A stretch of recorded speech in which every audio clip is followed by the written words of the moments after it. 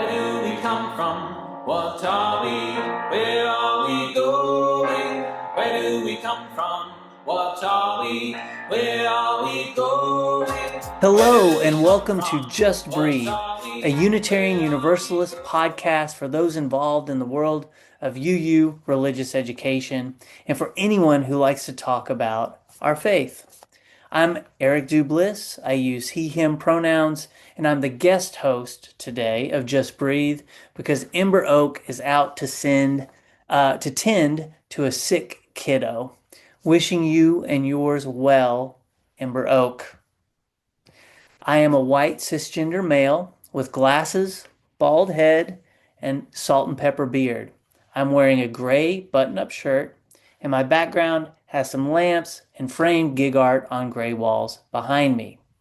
In this episode, I'm excited. I'm thrilled. We are absolutely over the moon excited to be joined by Jen Shattuck and Lena McCain to explore the Forests of Affirmation, a place where community pauses to notice and affirm what's growing. Guests, could you tell us who you are, your pronouns, and a visual description, and if you'd like, your relationship with Unitarian Universalism? Jen, can you go first? My name is Jen Shattuck. I'm a white cisgender woman with dark blonde hair and black glasses, wearing my favorite purple sweatshirt. I am a religious educator from Massachusetts who has been serving congregations here for 20 years.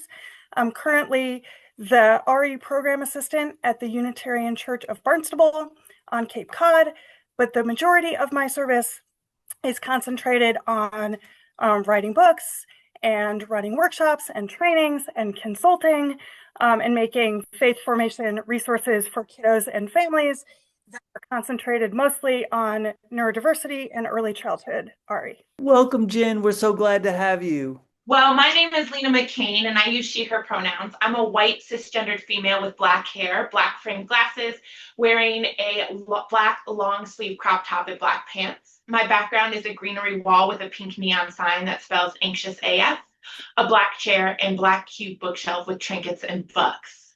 I am a former youth advisor for First Unitarian Society of Denver and former Mountain Desert District Con coordinator for Unitarian Universalism.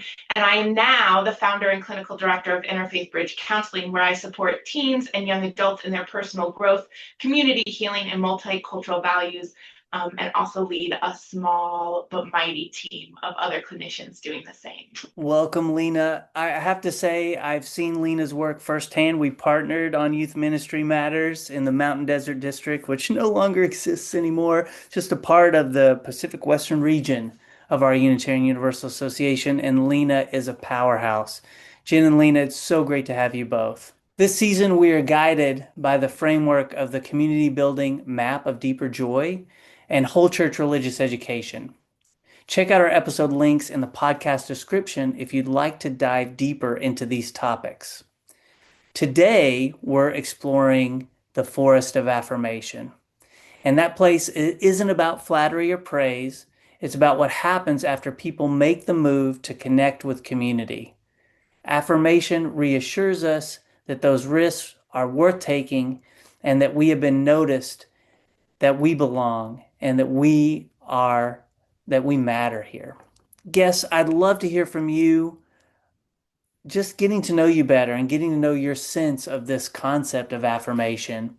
Can you share a moment when being witnessed or appreciated helped you feel more grounded in community, and what helped it feel genuine? I'm thinking of all the different ways in which I've been in community. And community is such a value of mine. That's something that my team and I talk a lot about. And so when I think about community and a moment of affirmation, I actually think about being at FUSD, First Unitarian Society of Denver, and my team there, Aaron Kenworthy and Matt Davis, who I worked alongside. And one of the things that I loved about working with them and being able to create with them is how they witnessed and appreciated me. We created all of this work together. We built this really beautiful community with youth and children. And it was almost like every week we could just come in, and Matt would be able to just like name like the type of energy that I brought in, not just because I'm extroverted, but because my passion, my joy for being there, and would be able to witness and appreciate it. And Erin, it's like even now with us not working together as closely, I'm the first person that comes to mind to her when we're talking about like youth advocacy. And so she always reaches out just to let me know, that she's thinking of me, or that there's this, thing that she needs my perspective on. And that to me is being witnessed and appreciated, is this moment where people still think of you, because of what you offer as a person, not just like in your skill set, but just like in your soul as a person. Thank you, Lena. I loved both aspects of what you said, because it does seem to me that both of those ways are equally valuable ways of affirming, but they're very different. The part that spoke to me, I think, most personally about what you said was that sort of attunement piece of, oh, someone can see what kind of energy I'm bringing. They can feel what I'm bringing into the room. They're noticing that, they're attuning to that. And I was thinking that I had a moment like that just a couple of years ago, when I was running my very first workshop at a summer conference, which we know our UUs love our summer conferences. But as a disabled person, it's often hard for me to get there. So it had been, long a dream of mine to be able to do it. And in about day 2 of this conference, I sort of hit the wall socially. And I was sitting at a picnic table by myself, trying to figure out if I was feeling like peopled out, whether things were too much, or whether I was feeling left out, and really trying to sort this out for myself so I could figure out what I needed. And all of a sudden, there was this person sitting across from me at the picnic table, and it was a person that I did not know, and they didn't introduce themselves in that moment.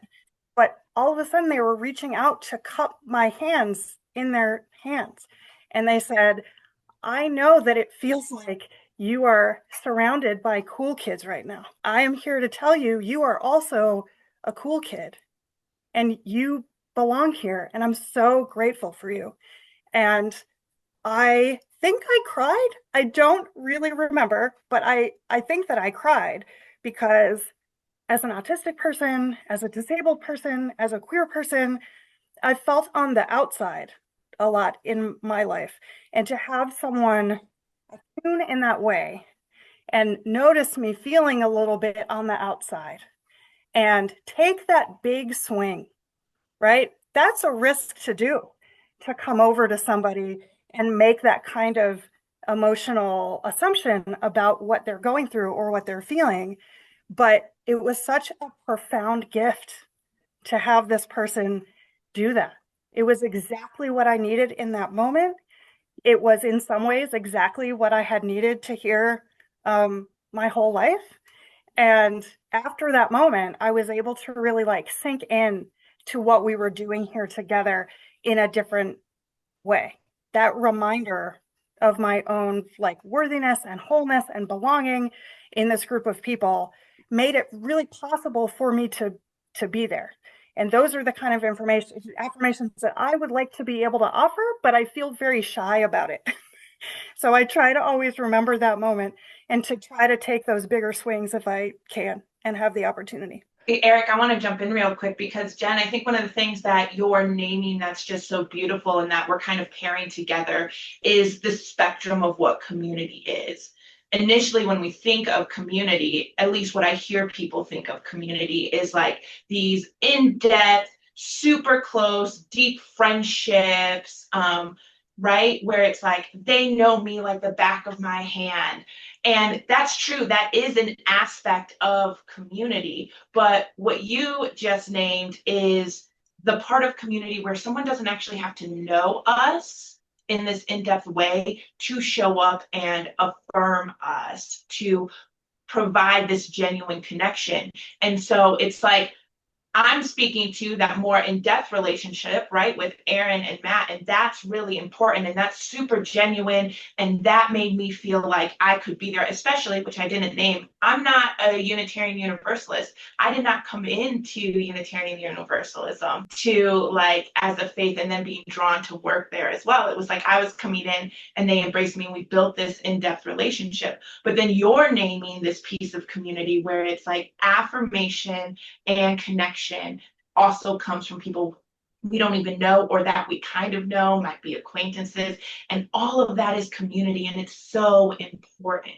Yeah, thank you both. I can't believe how deep we've gotten so quickly. Y'all are incredible.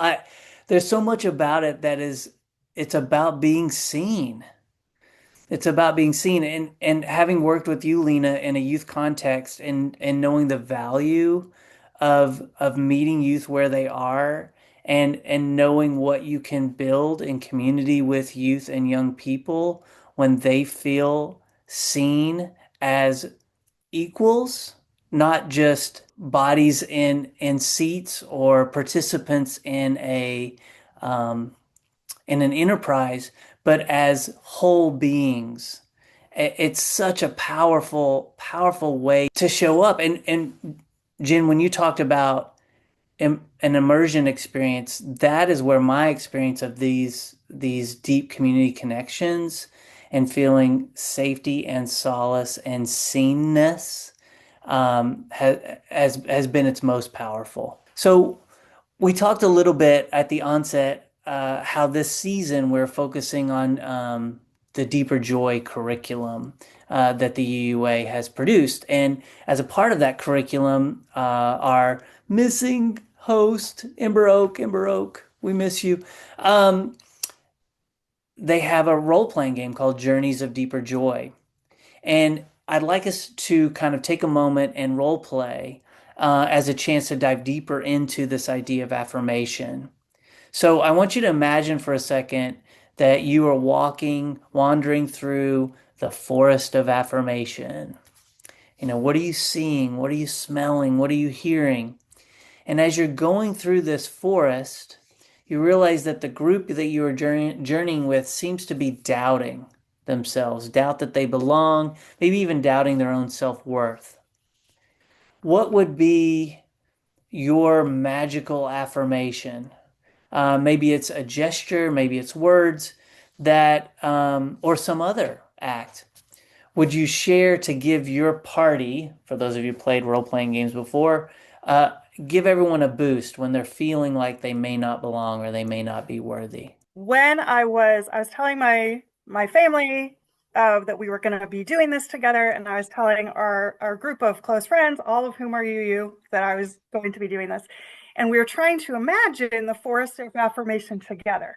And every person in this group on their own said, well, how I imagine this is that we're all walking through and that the leaves of the Forest of Affirmation are whispering to us, that we belong, that this is a place you can go to be affirmed, right? But we can imagine that even in a really affirming place, you might have some times where you lose that sense of your own belonging, right?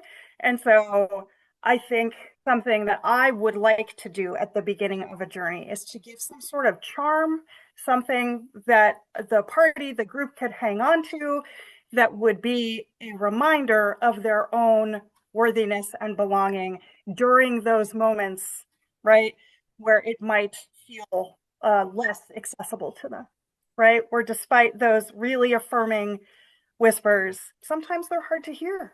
And so what can we have with us that remind us of what is really true? That is beautiful, Jen. The idea of the leaves welcoming the group. My heart skipped a beat. I'm right there with you, Eric. It sounds like Jen, you and I both are maybe visual people. We can really imagine. We have that bit of suggestibility or susceptibility. And part of what I imagined is movement. And what does movement look like in a journey?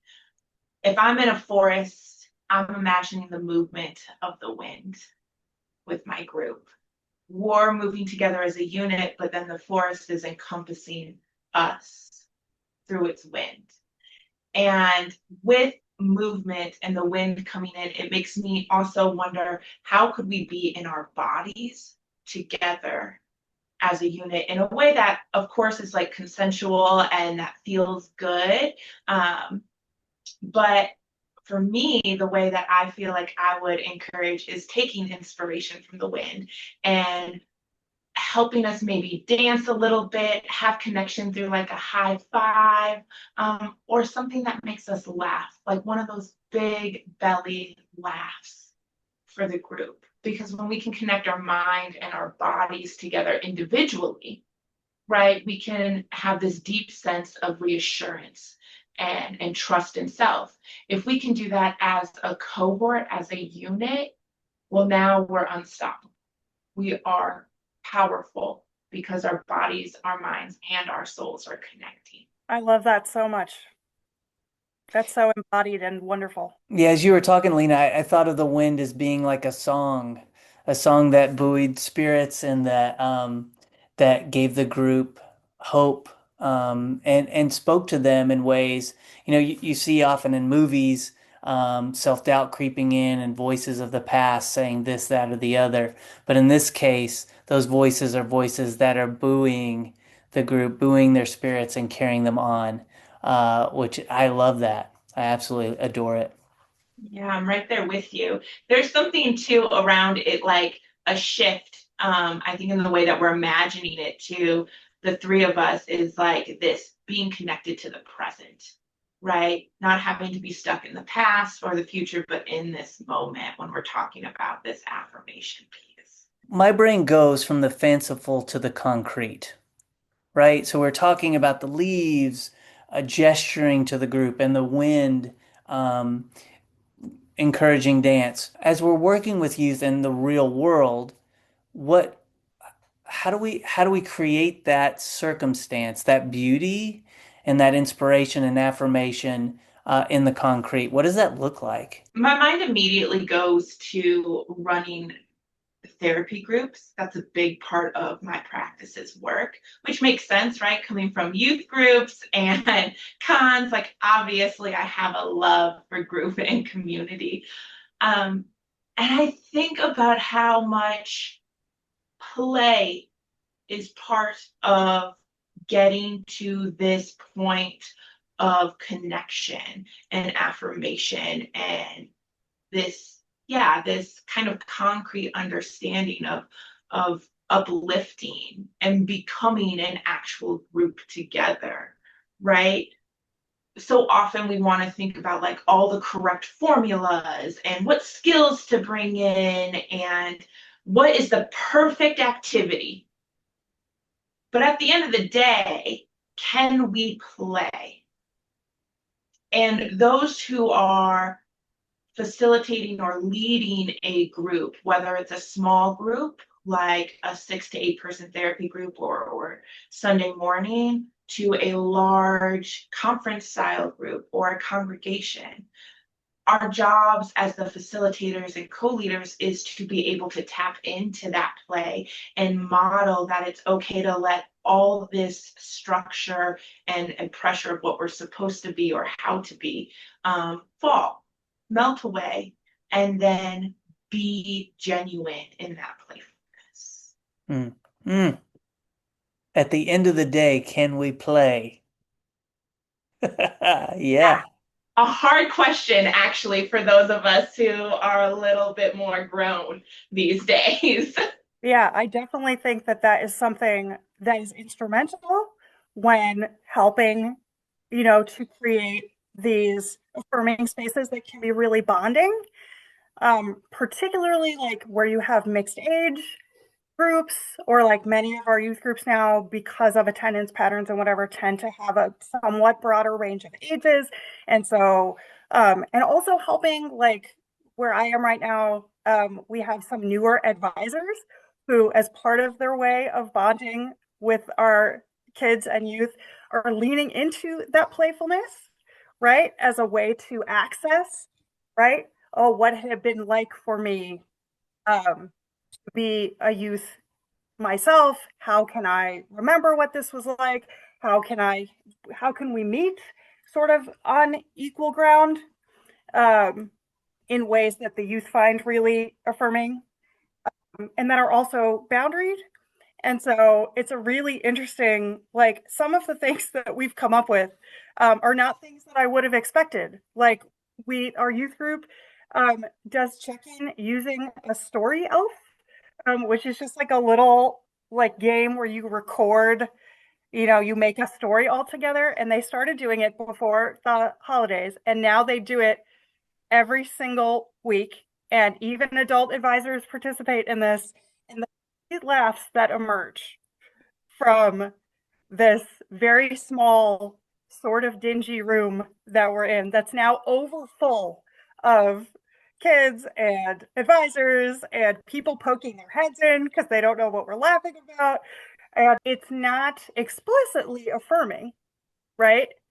In the sense that, like, we're not making a big deal out of what we're doing and saying this is an affirming place. Anybody can do it. It's very loose. It's very silly. Allows people to access a playfulness, I think, that is hard for adults sometimes to do, and even sometimes for our teens to be, because they're starting to feel, in some cases, a little more too grown up for that. So to do something just like really extravagantly silly every time has been such a lovely thing that I was not expecting. Yeah, I love that, Jen.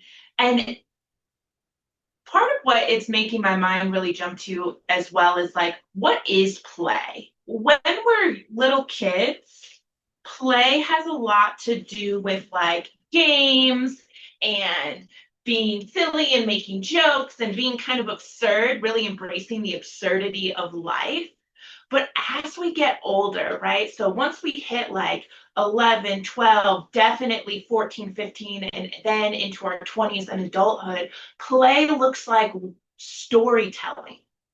So how can we get our community, our group, if we go back to the concrete, the question I go to is not just like, can we play, but it's like, how can I get this group to start storytelling together? And if we can do that, we can play. And then if we can play through storytelling, we can connect and have this genuine affirming experience as a community, no matter your role, whether you're an elder, you're an adult, you're a teen, you're a kid, you are someone who is in depth, deeply connected, or just joining. It actually doesn't matter what role you come in at if we can get you to storytell to then lead us to play. Mm. Ooh, I got goosebumps. Storytelling is my jam, and a huge piece of that, y'all, is the listening, right? You've got the storyteller, but you've got to have the listeners. And so, as we think about affirmation and how it relates to groups, um, why is that storytelling and the listening such a crucial part of affirmation and group growth? The thing that comes to mind immediately for me is the improvisational part of storytelling in groups, which is what we accidentally stumbled on, right? That is inherently affirming, right? The yes and piece of that is really inherently affirming because you have to listen to then be affirming, to add on, to continue the story, right? And so to come in as much as we can as advisors with that mindset, and then to be cultivating that by showing it, by mirroring it, right? That's no matter what we're doing in the room, we can always have that affirming improvisational mindset. So whatever is happening, we can just always be there. And in some ways, in the broadest sense, we're creating the story of who this group is together. This is where you get your, jokes that you're calling back to all the time. This is where you're building your traditions, all that sort of stuff.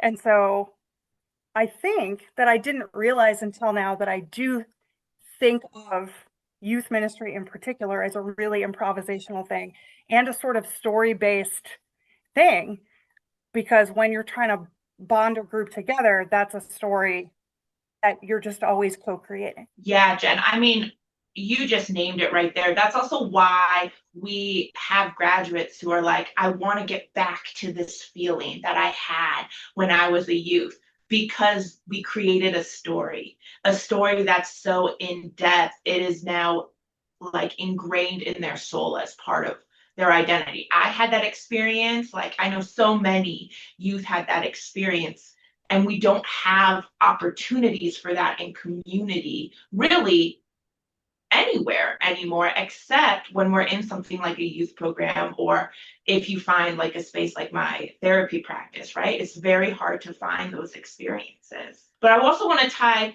to answer your question, Eric, like, I think listening is such an important piece when it comes to storytelling from my perspective, because that's the act of witnessing. To listen and to be able to actually witness someone, you have to have that listening aspect.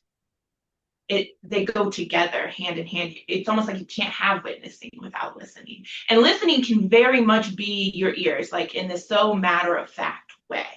But listening is also what I think is actually happening between the three of us, which is like feeling it in our nervous system, Mm-hmm. feeling it in the soul, imagining pieces, and then putting words to it once we've kind of processed it so that we can witness the person. So listening and storytelling go hand in hand when we're talking about playing, because in order to witness in community and help people be witnessed and affirmed, you have to be able to listen on a very literal sense, but also on this more like meta sense too. It's a whole body experience listening.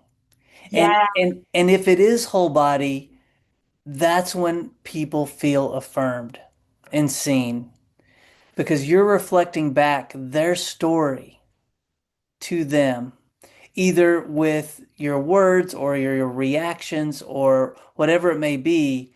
They see themselves in you and you see themselves in them, and it becomes this connection that's deeper than any story. Yeah, Eric. I mean, I'm thinking about way at the beginning, Jen, when you shared your experience of being affirmed and witnessed at that conference. And it's like, that was from my perspective, not your words, but Eric's words, like, to me, it's like, that was you having that whole body experience. When I am recalling these times where I've had this whole body experience of being witnessed and affirmed and being in community. One, that's why I love community and why I value it so highly. And that is where like my other values of mutual consideration, collective liberation, belonging, all those things come in, is because I've had those whole body experiences.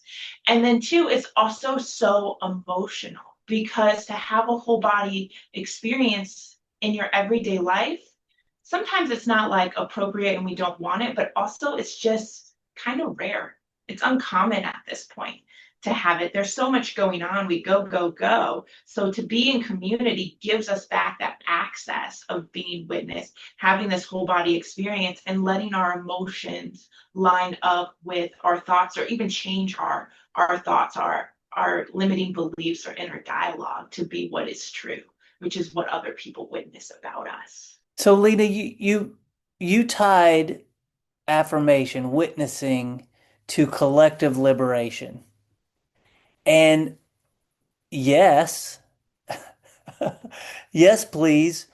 I'd love to hear y'all's thoughts on the role of affirmation in collective liberation. The first thing that comes to mind for me is that if we were all able to authentically witness one another in a real way through this whole body listening, then we would be free, or we would be all well on our way, because that's the thing that is in some very real ways preventing that liberation from happening, is a lack of authentic listening, attunement, understanding of other people's experiences, coming together in community to do that.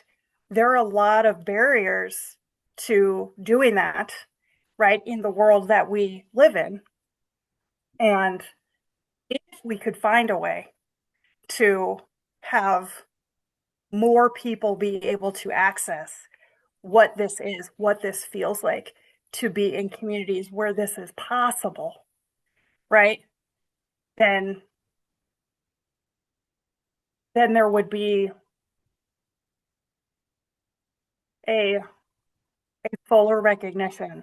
If we can all be open to the truth of other people's experiences, Mm. then we're not isolated in our own. Mm.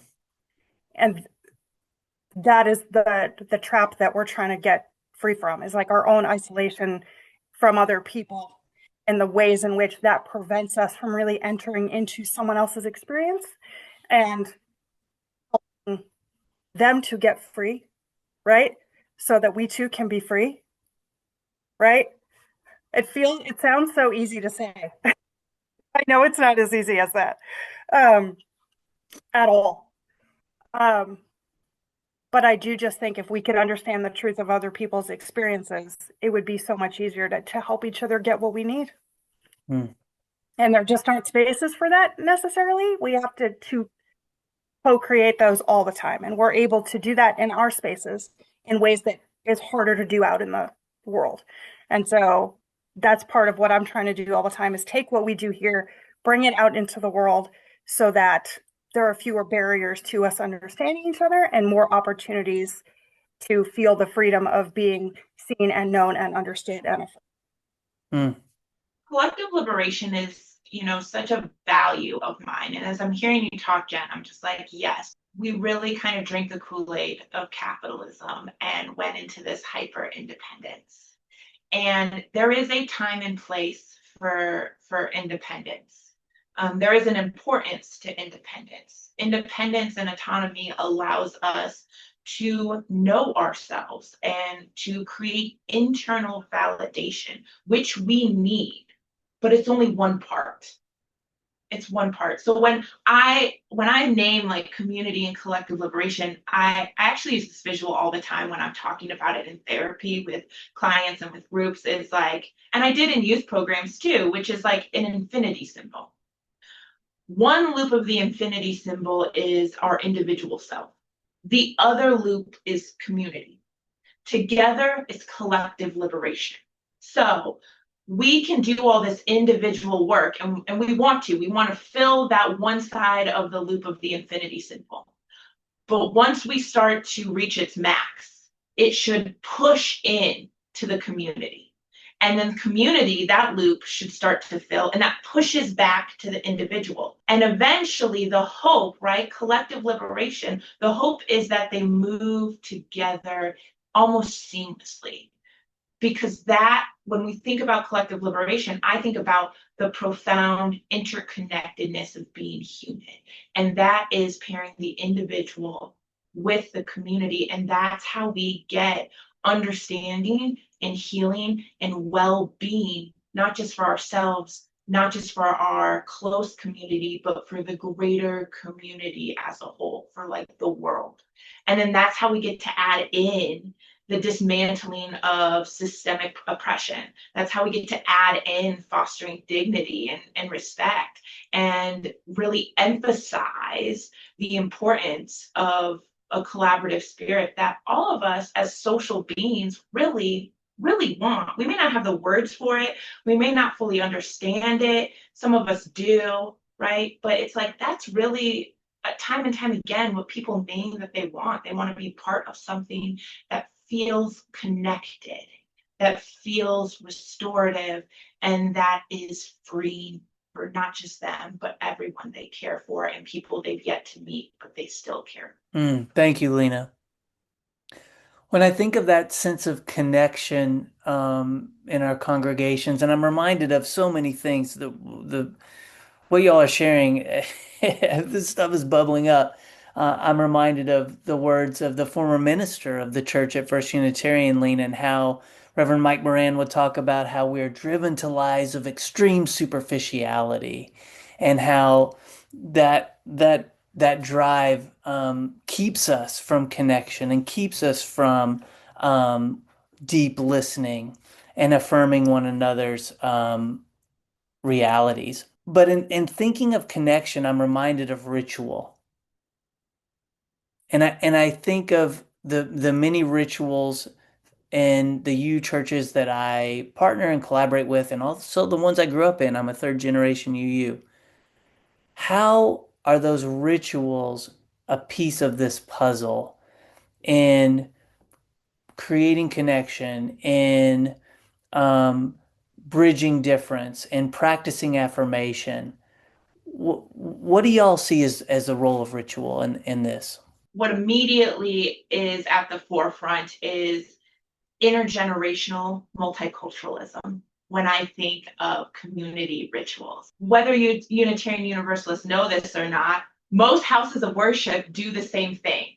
As a person who works in interfaith and multi-faith, it's often Yeah. slightly different, right? It's slightly different, which some people hear that and they're like, oh, there's like a sorrow around that, right? Or a grief. When I hear that, I go, wow, what that means is that across cultures, across belief systems, what we have done and have passed down intergenerationally are these rituals that provide that whole body experience or build into that whole body experience. When I think of it that way, I'm like, wow, that is community on this huge meta scale. These cross-cultural belief systems are doing the same thing. Then we do it on, we go from the meta to the micro, and it's like, yeah, rituals are important because it caters sometimes to the playfulness, to the processing of the feelings that we're having,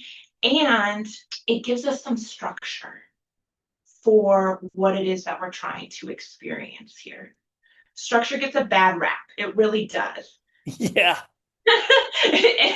In Unitarian Universalism, especially, people don't want to just read a curriculum, right? Which, like, there's some truth to that. But why structure is important when we think about, like, the human experience, and especially young people, is we're learning, our brain is learning its level of suggestibility or susceptibility. And the less suggestible or susceptible we are, the more structure we need, because it allows us to interpret what's happening around us. It gives voice to what we can be striving towards. It gives voice to, like, what we're actually happening in the present moment instead of worrying about the past or future. And it allows us to figure out how to witness and affirm, because most of us actually don't know how to do it just right off the bat. That would be actually weird if we did. And even if we've been doing it for a long time, there's a developmental process to it. It gets more in depth and it evolves the longer we do it. So ritual provides us this structure, and then also on this large community level, I think ties us to so many people in the world. I'm right with you. I'm a structure person and a ritual person. And because I've specialized in early childhood RE for such a long time, I have long thought of rituals as like a door to entry for our little ones and their families, as a way to practice things like witnessing and being mirrored and connecting with people around a shared experience, right? And this does deepen over time. So something like our joys and concerns, right? That's something that when our kiddos are really, really little, right, they're talking about their pets. They're talking about something that happened in many cases right before they came in the morning. And then when you do this in mixed age grouping, you see the different depths to which people of different ages, identity constellations, things like that can go, and the ways in which that feeds the ability to do this witnessing, this affirmation that bonds and grows communities. If we are repeating these if you do it within your family on a daily basis, if you're doing it on a weekly basis with your congregation, any things that you're doing in a group that allow you to practice being together, right? These really, you were saying, Lena, like these are skills that we can learn together, right? And they are best learned in community. So there's really no other way to learn how to do this but by being together and doing these same things over and over and living into the depth of that over time and knowing that it has value at every level. Jen, what I'm reminded of are many of the exercises at Why Are You events, the old young religious Unitarian Universalists, where you're looking at one another and you're sharing a moment of after an immersion event, and so there's a ritual to these different exercises from youth cons and youth groups and so on that then become ritualized. And then we pass on these skills of deep listening, of witness, of deeper sharing in ways that can be vulnerable, but still hold boundaries and covenant. And yet I'm reminded in those instances of long prolonged eye contact. I mean, that didn't work for everyone. It worked for me. But it didn't work for everyone. How can leaders and facilitators offer these rituals and affirmation in ways that honor different personalities, cultures, and neurotypes? Jen, I know you've done some work on this. It's becoming more the heart of my work right now as I'm working a lot with the work of Yak Panksepp, who was the founder of Effective Psychology, and he was discovering the emotional system shared by all mammals. And I found that really, really interesting to do a deep dive into and realize that when these needs are met in ritual, we have a need to play together, we have a need to grieve, we have a need to celebrate, we have a need to feel safe together. And so what that means for us is that we can always modify, right, our rituals to meet the needs of the people in the room as long as we know what the ritual is for. If we know, oh, we have a collective need to grieve, right? So this is going to be a ritual, right, for that purpose, right? It doesn't need to be done. Each individual person does not need to do it in the same way. So we can design rituals that, for example, may not include group sharing of certain things, that's an option, right? But if some people don't want to do that, or if there's a ritual where it's going to be a play-based ritual, like you're talking about in Why Are You, right? Can we do that where it's an option where we're meeting the need of play and we are collectively, the designers of the ritual are aware that that's what we're doing? What options can we make available so that everyone is part of that, but everyone gets to meet it in a way that works for them? So there can be flexibility there in the building of it. There can be flexibility there in the of the ritual in the moment. That was really eye-opening to me to think, oh, we can build these around specific shared purposes that meet our mammal needs, right? If belonging and affirmation is a nervous system experience, that's what we can be doing together, is making belonging a nervous system experience, and it doesn't need to be rigid.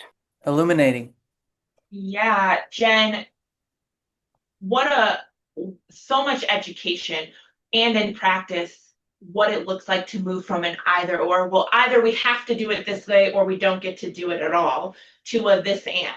This is what we want to happen. This is the experience.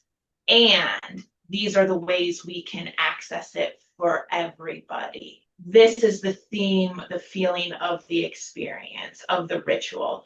And what are the ways that we can access the theme of this ritual for who is in our community? Because that's what community is, right?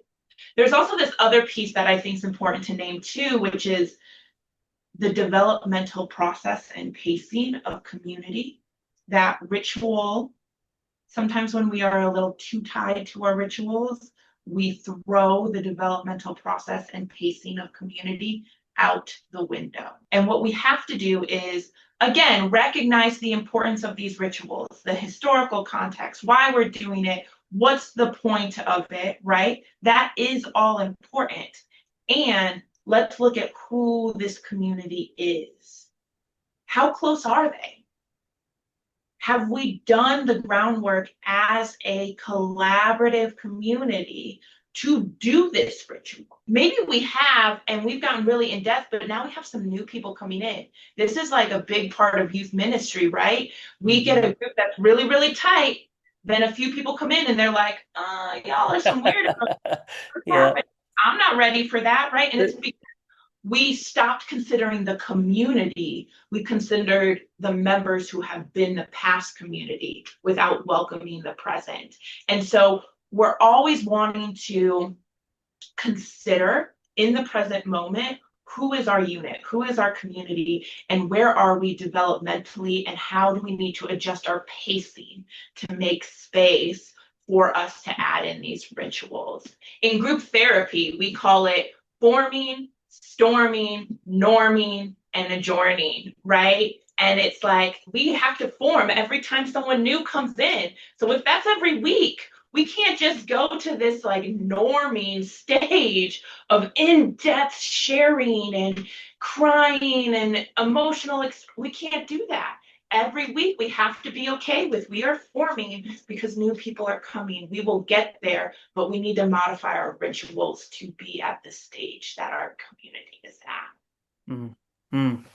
I'm so grateful for that because that is so absolutely true and requires no small amount of discernment on the part of people in leadership about what groups can tolerate, where they are, who is in them, right? So this is like for us as staff people, as advisors, as people in leadership, to be able to be thinking on this many levels all the time, from the concrete to like, okay, we're going to start with a story elf ritual because that's a door everybody can enter, right? We have people who can't attend all the time, so we're going to do a sort of silly thing.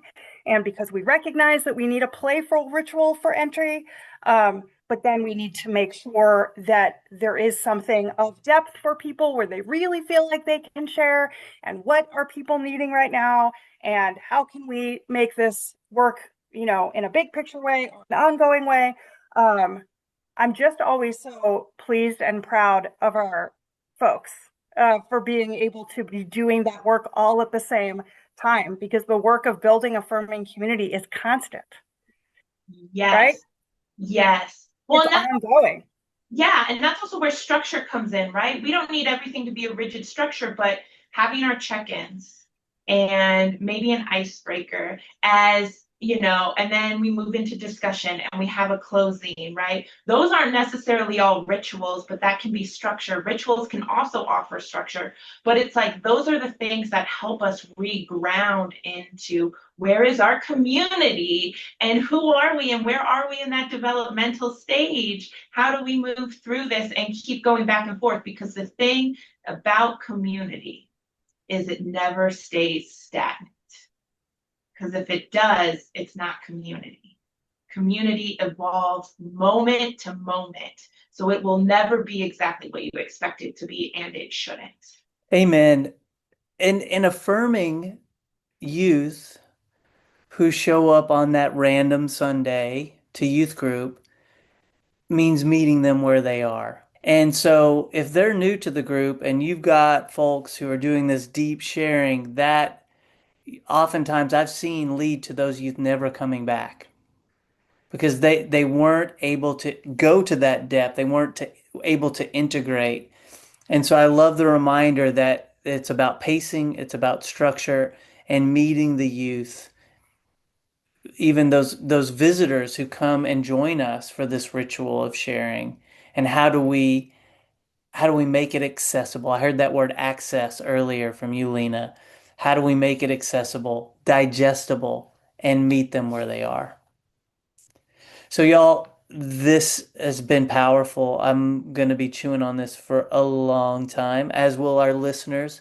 So thankful for this time together. Before we go, though, I'd love to give you the last word. So, as we leave the Forest of Affirmation, as the leaves wave goodbye to us and the wind sings its departing song, what's one hope that you would impart to our listeners that people will carry with them? My biggest hope, and this extends in so many areas of my life, but for our listeners, is community is what creates sustainability and life worth living. And so my hope is that in hearing and moving forward in working within community, that building an affirming space of community becomes a lifeline for you and all the people that you are building community for, because we can't get through what is happening in the world right now by ourselves. It's how we got here. I think what I hope people will take away is that affirmation is the fuel for everything that we are hoping to create in the world. Justice and liberation and all of these values that we're trying to live out all the time. If we can come together in community and create affirming spaces, which comes from kind of taking those risks to be vulnerable, taking those big swings, it's worth it, because it's the thing that's going to fuel us moving forward during what are unfortunately some pretty tough times. We can keep each other strong and loving and flexible through the beautiful force of our affirming of each other. Beautiful indeed. Those will be our last words, Jen and Lena. Thank you so much for taking part in Just Breathe today, being on our panel. I'd also like to thank our listeners. Thank you for joining us and being with us for this short time and talking about affirmation in the forests of affirmation. Our leaves are waving goodbye. The wind sings its song of departure. I want you to remind our listeners we are available on all podcast streaming platforms as well as on YouTube. You can follow us on Instagram at Just Breathe Pod. That's just with two U's. And please help us spread the word. If Unitarian Universalism is new to you, you can learn more about our faith at uua.org. We are excited to continue exploring whole church religious education and the community building map of deeper joy. Next episode, we'll be going to the stretching river. So we will see you next month. And thanks again, Jen and Lena.